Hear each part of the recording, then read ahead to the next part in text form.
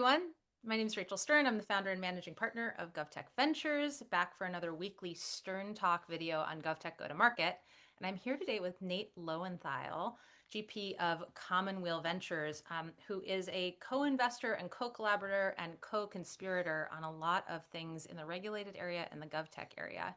And I asked Nate here today because something that comes up a lot as a question from founders is how they should be calculating TAM when they're talking to investors in their deck, when they're talking about the market generally. And so I thought I'd pick a really smart person's brain and get their thoughts as the investor. So at Commonweal, you see a lot of potential deals focused on selling or partnering with government. What do you think the biggest mistake is that founders make when sizing their market?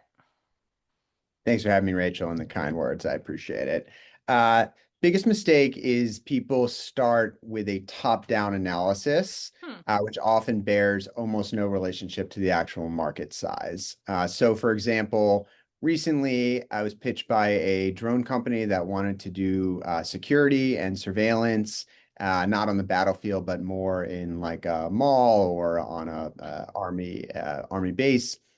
And their TAM was the entire Department of Defense military budget. Everyone, the whole thing. 150, $170 billion dollars.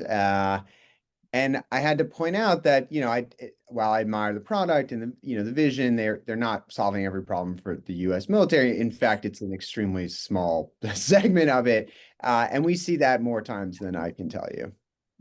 It's funny. In business school, I had a professor say the biggest mistake that toothbrush companies have is saying that everyone with a toothbrush is a potential customer, and it's that exact concept, right? So, what's the right way for a GovTech founder to calculate TAM? When we're doing our bottoms up TAM analysis, the way we think about it is two pieces. First, what is the actual value you are creating, and therefore how much can you charge for that? And second, how many actual people or organizations will buy that? In other words, how many people can you actually drive that specific value for? Mm. So, for example, we're investors in a great company called Multitude Insights that sells software to law enforcement to help, in the first instance, their first product, help them produce bulletins, ways of sharing information across jurisdictions. So when we were doing the TAM analysis there, we actually looked at how many hours, a given detective currently spends on bulletins, how much time Multitude Insights would save them, and what the hourly full cost of your average detective is. So that's the value Multitude actually driving.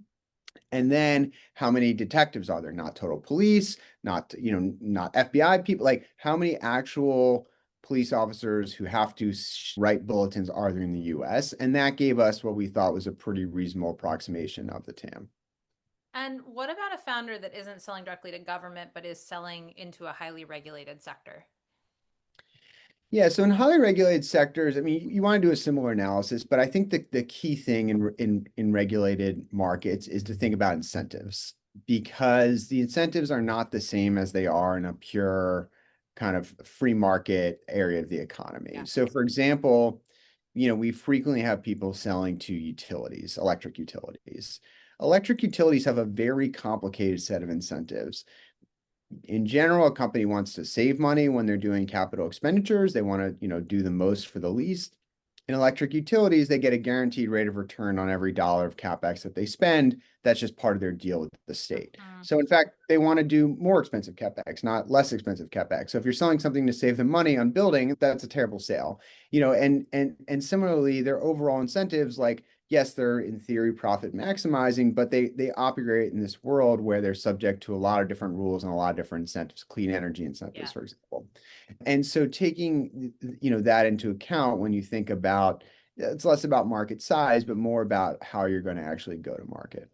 And I would argue how government will be either an enabler or a detractor for you too. I spend a lot of time thinking about legislation that's recently passed or news articles that are highlighting, a deficiency in a government system or states of the states from governors showing what they want to be doing. And of course, that's selling to government, but that's true in all regulated spaces, which is what are the tailwinds and what are the headwinds and how can you quantify that? And your investors are going to expect you if not to have a perfect quantification, some level of quantification and having thought through sort of the handicapping of that opportunity. I Being- just think this is so valuable for companies. Anything else you want to leave us with? No, I think you're right on that point. I mean, whether the sort of market is expanding or contracting based on policy is always going to be top of mind in a regulated industry. Yeah, and that bottom up TAM is the difference between sounding like you're pitching a lottery ticket versus building a real business. Thanks, Nate, for coming. Check Thanks, out Rich. Commonweal, everyone, if you're building in the space.